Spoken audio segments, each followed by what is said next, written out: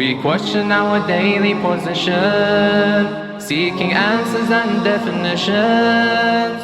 Get the queries off your chest with Ahkam SOS.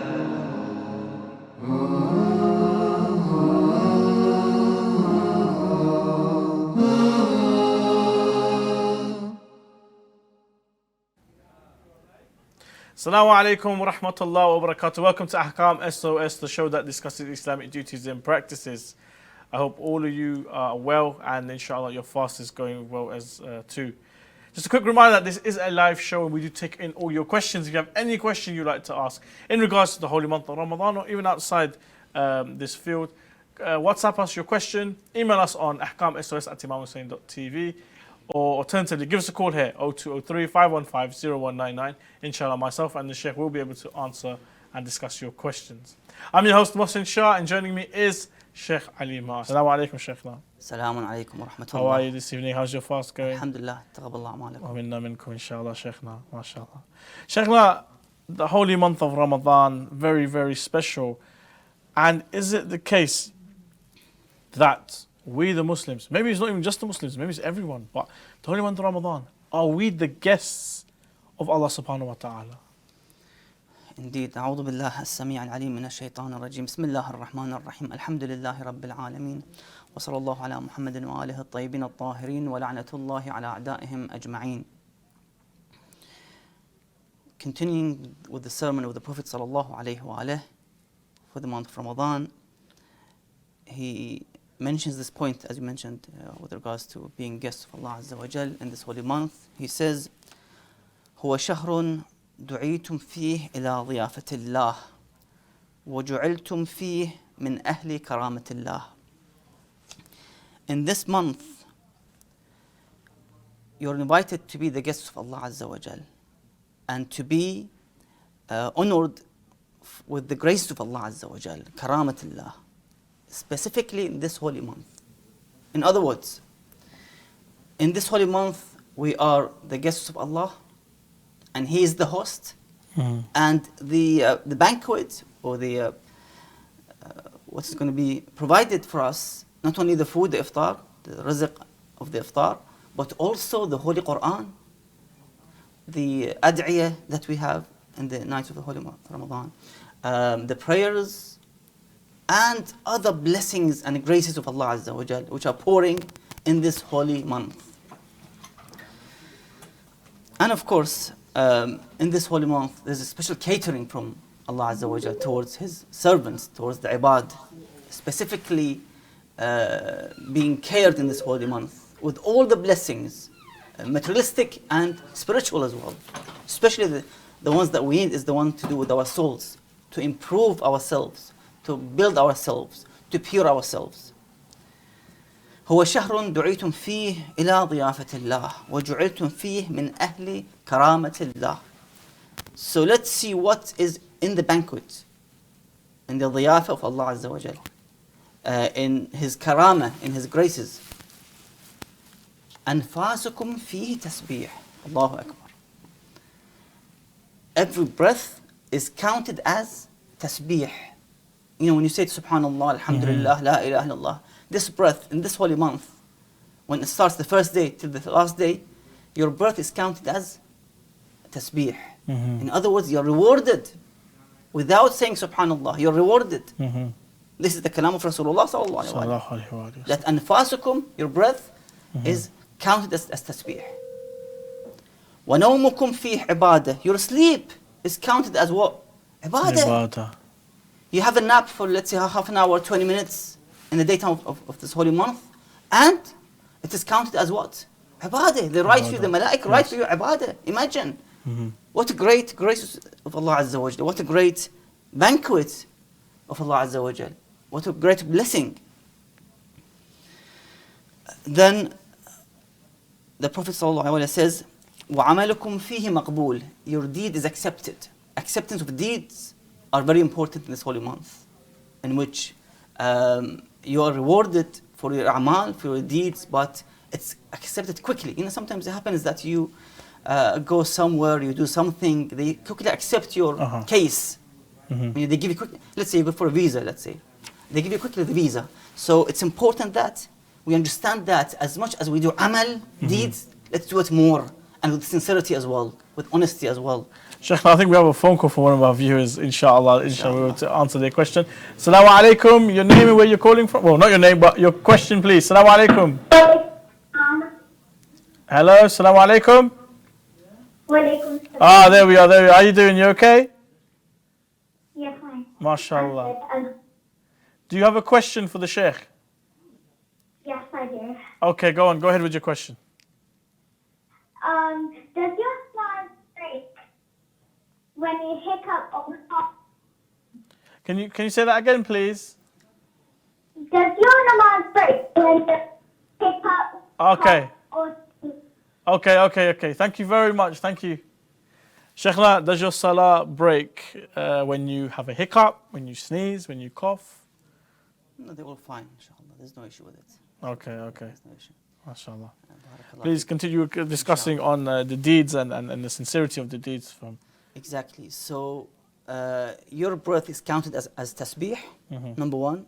This is one of the graces of Allah Azza wa Jal upon His servants, His slaves. Your nafas, your breath is counted as tasbih. You're sleeping. نومكم فيه عبادة. When you sleep, you have a nap during the day, let's say, you get as a reward of being in a state of ibadah. Yes. Especially those who always do wudu before they sleep. That's on top of it. Yeah. When you sleep and you have wudu, you get the ibadah as well and the thawab of having the wudu while sleeping. وَعَمَلَكُمْ فِيهِ مَقْبُولٌ. As I've said, that your amal, your deed would be accepted in this holy month quickly, faster than other months. Because this holy month gives a special offer or a special catering for the believers who are fasting. وَدُعَاءَكُمْ, finally, وَدُعَاءَكُمْ فِيهِ مُسْتَجَابٌ. Your dua will be answered in this holy month. The best month, if you have any haja, any dua, any issue, problem, health-wise, money-wise, any aspects of life, try to raise your hands towards Allah Azza wa Jal in this holy month and ask Allah for your hajat. Best month and best time, especially in the sahar time, especially in the time of iftar, when you say Allahumma laka sumtu wa ala rizqika aftartu wa alayk tawakkaltu. Ask Allah dua. In the namaz time, after the namaz, when you do the ta'qibat and tasbih, also ask Allah Azza wa Jal. One of the best times in which you can ask Allah Azza wa Jal for your hajat. And of course, our main haja is to hasten the dhuhur of Imam al-Zaman salamullah alayhi wa ajalla farajahu al-sharif, and of course to release our neck, as mentioned in the dua, from the hellfire. Fikak raqabati min an-nar, to release this neck from the hellfire and to forgive us, forgiveness, so we can pass the sirat on the day of judgment peacefully and swiftly to the other side, which is the paradise, inshallah. Muhammad wa Muhammad. Inshallah. Fantastic, and what an amazing dua, Sheikhna. Inshallah, we will all eventually be forgiven by Allah subhanahu wa ta'ala and enter paradise and reunite with the Ahlulbayt, inshallah. Sheikhna, my first question is in regards to wudu. Now, when we fast, obviously we're not allowed to drink or eat. So, some rinse the mouth during wudu. It's a mustahab act. They rinse the mouth 3 times. If I unintentionally swallow some water, is my fast still valid, or is it batil? Do I have to do a kafara? How does it work? No, if you, during the act of wudu, you are actually having some water in your mouth, because it's mustahab to rinse mouth with water as a part of the mustahabbat and etiquette of the wudu and manners of the wudu. Unintentionally water went inside, drops of water, that should be fine. You didn't do it deliberately and intentionally. Then the fast is valid and there's no qada needed, no kafara as well. Excellent. Sheikhna, if one forgets that he's traveling, or if one is traveling and he has forgotten that a traveler doesn't fast or so forth, so he kept the fast, is this fast still valid and counted, or is it invalid and they have to do a qada? You see, the one who travels outside his own town or hometown, he is not allowed to fast anymore, especially if the distance is the Shari distance. You know, if you pass this distance, Shari distance, I think we mentioned 44 kilometers. Yes, but in and out. In and out, yeah. So it's what? And you count it from the border of your city, not from your house Indeed. or your workplace. So, in this case, this individual is a traveler, is a musafir, and he must break his fast. He is not allowed to fast. Allah Azza wa Jalla, He's giving exemption. He's giving concession for us. So we should accept it. You know, it's a wajib, it's a ibadah in which we have to perform, which is fasting. But if Allah He doesn't wish for us to fast in trouble, that's it. We abide and we obey Allah Azza wa Jalla in this regard. So if this individual, he forgot that he is actually fasting and in trouble, then he needs to redo his qada of that day, because the fast is invalid. The one basically must redo his fast because of basically fasting while traveling. You're not allowed to fast while you are in trouble, because you are musafir. Musafir is the one who is in a state of travel in the month of Ramadan, as I've said, and he is actually offering fast in trouble, which is not allowed in this case. If he fasts in trouble, he must make it up later, do the qada, and try to avoid this act, because he's not allowed to fast in trouble. Excellent. Shaykhna, if someone has recently come towards the religion of Islam, like a revert, do they have to make up for all the previous Ramadans that they've missed and all the fasts that would have been wajib upon them? The one who converts to Islam, he's not obliged to do the qada of the salah and siyam in the past, basically worships, fasting, prayers, and so forth, because al-Islam yajubbu man qablah, so it overtakes Islam. When he becomes Muslim, it overtakes, it just wipes, it deletes the past, yes, as if he just was born, you know, as a new individual in Islam. So he doesn't, or she doesn't need to do the qada of the past 30, 40 years, let's say. He became Muslim in his 60s, let's say, 70s. He doesn't need to do the qada of the past salah and siyam as well. So he starts anew, his salah and siyam, the day he becomes Muslim. Shaykhna, what is the difference between the Ahl Kitab, people from the book, and those who are not from the people of the book, the unbelievers, according to the Sharia law? His Eminence, the Grand Ayatollah Sayyid Sistani in Najaf, he has an opinion on this. What does he say? How does he define the two different groups? You see, there is two different opinions between ulama. They're divided into two opinions. One opinion in which Ayatollah Sistani also has this opinion that Ahlul Kitab, the Christians, the Jews, are pure and tahir. In other words, if they offer you meat, salad, with wet hands, let's say, they were cooking with their own bare hands, for example, and wet hand, moisture hand, you can eat from their foods. That's fine, it's tahir. As long as there's halal meat, you know, it's not haram meat. This is Christians, Jews, and Zoroastrians. Exactly, yeah. So they are considered to be as tahir, in the opinion of Ayatollah Sistani and some other ulama as well, that they are tahir. There's no issue with them. You can, you know, live with them, that's fine, and there's no issue, as long as they don't, you know, touch or cross-contaminate najasa, such as alcohol and haram meat, non-halal meat. But for the case of the, let me just mention this as well. The other part of the ulama, they would mention that, no, as a ihtiyat wujubi, as a precautionary, you know, obligation, they are najis, so you have to avoid them. So it depends on the alim and the marja you follow. So if you can actually, you know, eat from their foods, if they cook it, for example, and you see it with your eyes. Sometimes you don't see it, that's fine, halal. You know, I see, let's say, fried chips or chicken, let's say, and it's cooked from a Muslim shop. It's all halal, there's no issue with it. Or sometimes I see in the shelves of the supermarkets, non-Muslim supermarkets, there are cold fried falafel, for example, wrapped. Yeah. I haven't had any knowledge about who fried it, who cooked it. It's halal, as long as it's vegetarian or halal meat, let's say. But the issue is, for those who are not Ahlul Kitab, non-Ahlul Kitab, other types of non-Muslims, they are impure, they are najis. So you have to avoid their moisture. If you see, of course, with your eyes that they are cooking the food with their own bare hands, and it's wet as well. So there's a contamination of wetness to that salad, for example, or fruits and so forth.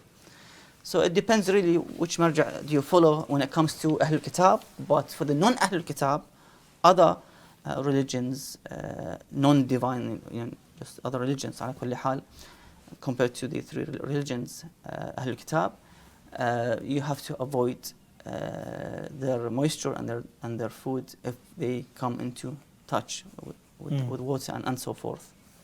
Excellent. Shaykhna, if one is doing suhoor in the morning, eating, and then discovers, here's the adhan, or finds out, oh, it's time of fajr, but he's still eating or drinking, what does that person do? As soon as he hears the adhan is calling, or he becomes aware that he must not eat anymore, he must immediately stop and remove whatever is in his mouth, water or food. And if he continued eating and drinking, just to finish off what is in his mouth, then his fast will be invalidated and batil, and he needs to make up later. Oh wow. Shaykhna, good question here. It's probably emailed to us. Is the steam of the bathroom considered a muftar, i.e. it invalidates the fast? The steam in the bathroom, obviously steam comes from really hot water vapor. You might inhale some, you may swallow some. Is this considered a muftar? It doesn't, unless it's excessive steam. I've seen this in the Middle East baths, hammams. In Syria, we have in other parts, in Turkey. There are baths in which they have steam, very thick steam. You can't see each other in the bath. That thick steam would, of course, causes the fast to be batil if inhaled, of course. Otherwise, just the normal steam shouldn't really. So, for example, steam, let's say. Yeah, kettle steam, or in the shower sometimes. Yeah, that's fine. That's just a minor steam, so it's not a major steam. Fair enough. Shaykhna, what is the ruling concerning a fasting person using a toothbrush and toothpaste? We discussed this all before the show started, that some people brush their teeth, they'll spit out the toothpaste, but they won't rinse their mouth after to keep some of the the fluoride that is actually to help strengthen the teeth and also to help with teeth whitening. So in general, brushing your teeth with toothpaste during a fast, and then spitting it all out and maybe keeping some in, are there any implications to your fast? There's no objective to that unless it reaches the throat. So it shouldn't reach the throat. The problem is when that toothpaste or even drops of water reaches the throat, it becomes mushkil, in terms of the validity of the siyam. So you have to make sure it doesn't reaches the throat. That's important. Okay, excellent. Shaykhna, final question for this evening, which was WhatsApp to us by one of our viewers, was that is it possible or is it valid and acceptable in Islam for our sisters, the females, to get a nose job? Where I'm assuming it's the correction of a nose, so maybe there might be a lump or something, or the nose may be a bit wide. They want just to make it more symmetrical, more straight, more defined. Is this acceptable? In overall, the plastic surgery is allowed for male and female alike, just to make sure that there's no harm on this individual. So it's just in terms of the harm, there's no harm as a post-operation. That's important. Otherwise, it's allowed. No problem. Thank you very much, Shaykhna. And thank you to all the viewers for joining us. Inshallah, myself and the Shaykh will be back tomorrow at 6 p.m. here on Imam Hussein TV. So if you have a question you'd like to send in via the WhatsApp the email address, or give us a call tomorrow night. Inshallah, we'll be able to discuss and answer your questions. Have a very nice, healthy iftar, inshallah. We'll see you tomorrow. Assalamu alaikum wa rahmatullahi wa barakatuh.